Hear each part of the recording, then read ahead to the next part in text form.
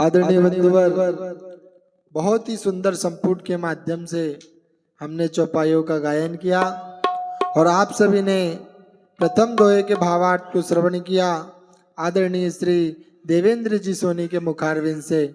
इसी प्रकार हम आज के द्वितीय दोहे के भावार्थ को श्रवण करेंगे मंडल के ही वरिष्ठ टीकाकार महोदय परम आदरणीय श्री नंदलाल जी हड़तालकर के मुखारविंद से। श्री गणेशाय नमः। श्री कृष्णाय नमः। श्री गोविंदाय नमः। मदाचार्य चरण कमलोभ्यो नमः। श्री पुरुषोत्तम समारंभ विष्णु स्वामी सुमध्यमा अस्मदाचार्य पर्यन्तां वन्दे गुरु परंपरा।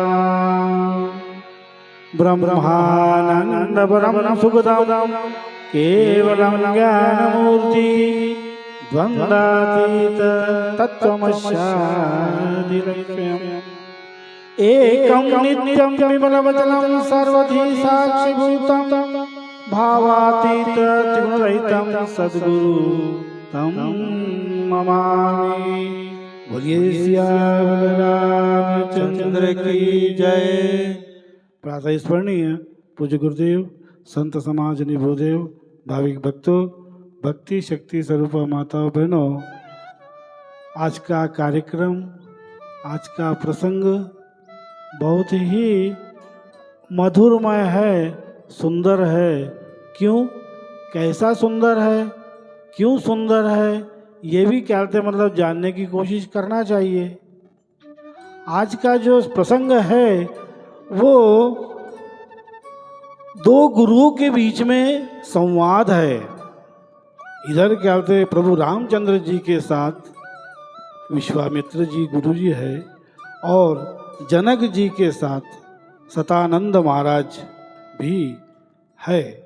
इस प्रकार से लक्ष्मण जी अपने प्रभु रामचंद्र जी को नाना प्रकार की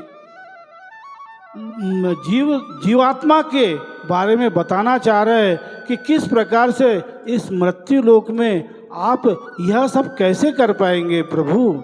तो प्रभु ने मुस्कुराकर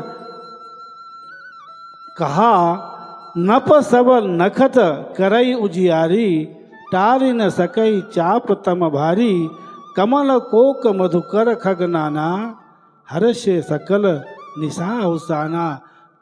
बंधुओं, यदि आप किसी भी प्राणी को जो बेचारा मूक है, जो बोल नहीं सकता, वो उसको रात को 12 बजे यदि उठाओ और बोलो कि तू बाग दे, तो क्या देगा? क्या वो नहीं देगा? वो देगा तो 5 ही बजे देगा। लेकिन ये हमारा जीव जो मृत्यु लोक में है वो ऐसा नहीं। दीवार पे यदि ऐसा लिखा है कि यहाँ पीक करना मना है तो वो वहीं जाके वो करेंगे। इस प्रकार की प्रवृत्ति जीव में है, लेकिन पक्षियों में नहीं है। सब राजा रूपी तारे उज्जवल मंद प्रकाश करते हैं और उस रात्रि के समय में ये तारे लोग भी अपने आप को राजा समझते हैं कि हम तो राजा है और हम इन लोगों को प्रकाश दे रहे हैं, ऐसा उनको घमंड होता है।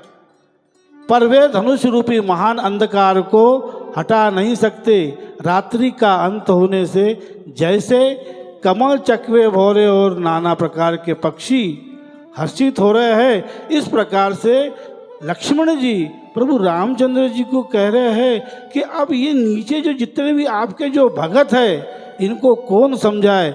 जैसे ही है प्रभु, आपके सब भगत धनुष टूटने पर सुखी होंगे। सूर्य उदय हुआ, बिना ही परिश्रम अंधकार नष्ट हो गया। इस प्रकार से प्रभु रामचंद्र जी ने अपनी तेजमयी प्रभाव से अंधकार को हटाया और प्रकाश को लिप्त किया है। रवि निज उदय ब्याज रघुराया, प्रभु प्रताप सब नपउ दिखावा। हे रघुनाथ जी, सूर्य ने अपने उदय के बहाने सब राजाओं को प्रभु आपका प्रताप दिखलाया है। मतलब पृथ्वी पर जितने भी राजा महाराजा है ये देखना चाहते हैं कि आप में कितना बल है, किस प्रकार का बल है। आपकी भुजाओं के बल की महिमा को उद्घाटित करने, खोलकर दिखाने के लिए ही इस पिनाक को यहाँ पे रखा गया है।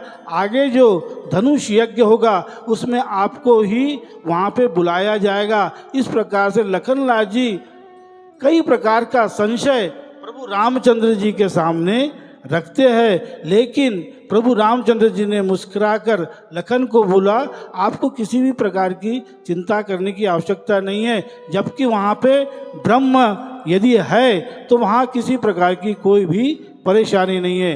बाबा तुलसीदास जी महाराज इस प्रकार की चौपाई इस रामचरितमानस में लिखते हैं। आगे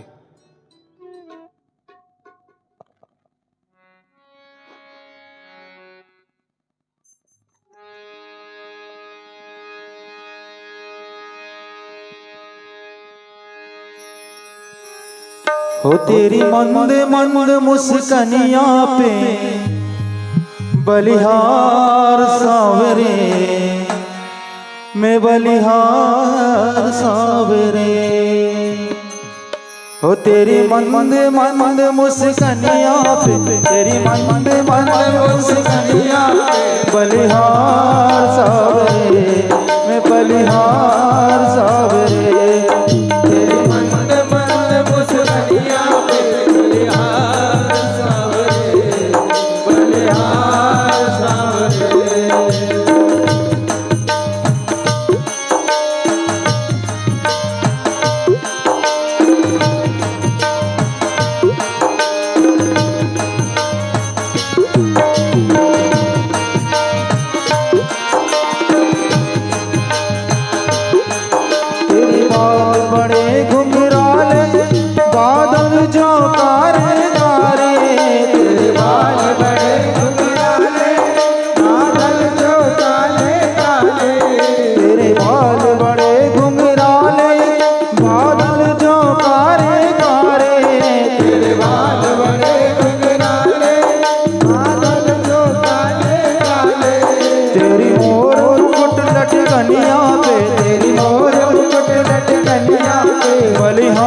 बलिहार सावरे, मैं बलिहार सावरे। तेरी मंद मंद मुस्कनिया पे बलिहार सावरे, मैं बलिहार सावरे। बंधु बचन सुनि प्रभु मुस्काने, होय सूझ सज पुनित नहाने।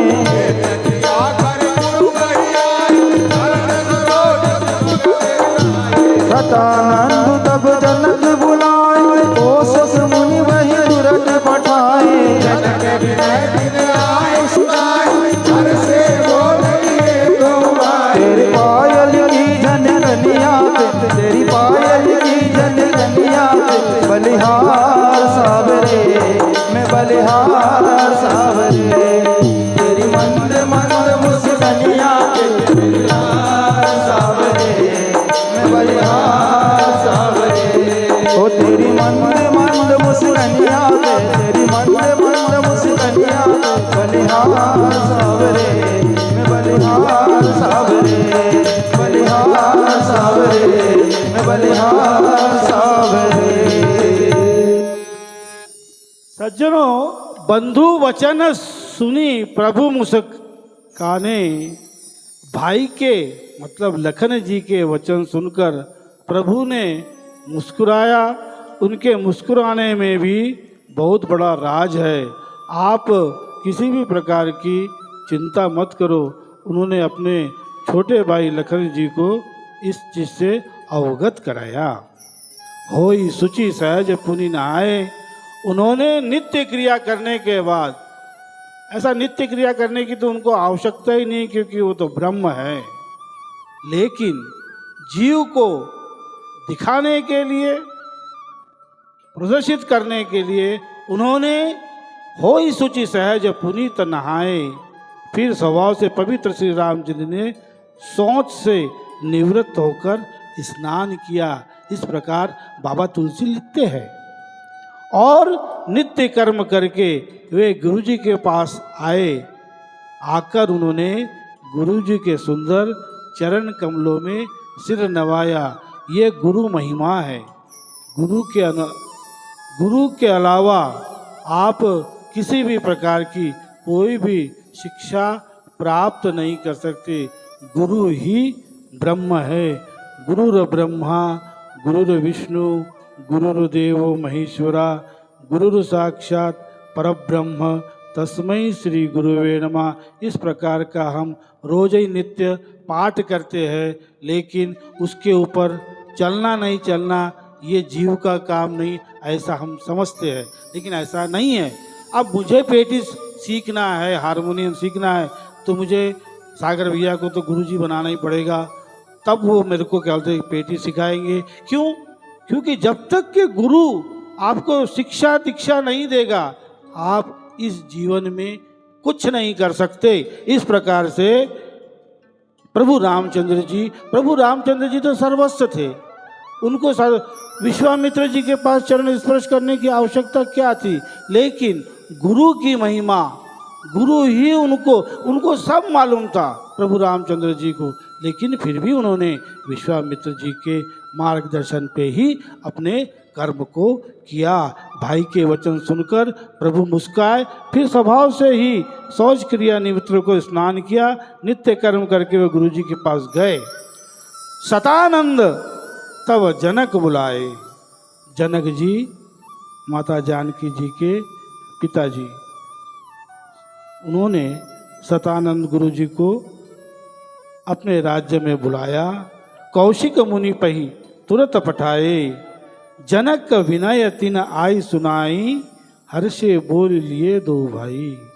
तब जनक जी ने शतानंद जी को बुलाया और उन्हें तुरंत ही विश्वामित्र मुनि के पास भेजा कि आप जाइए, गुरुजी वहाँ पर है, गुरुजी के साथ प्रभु रामचंद्र जी और लखन जी भी है।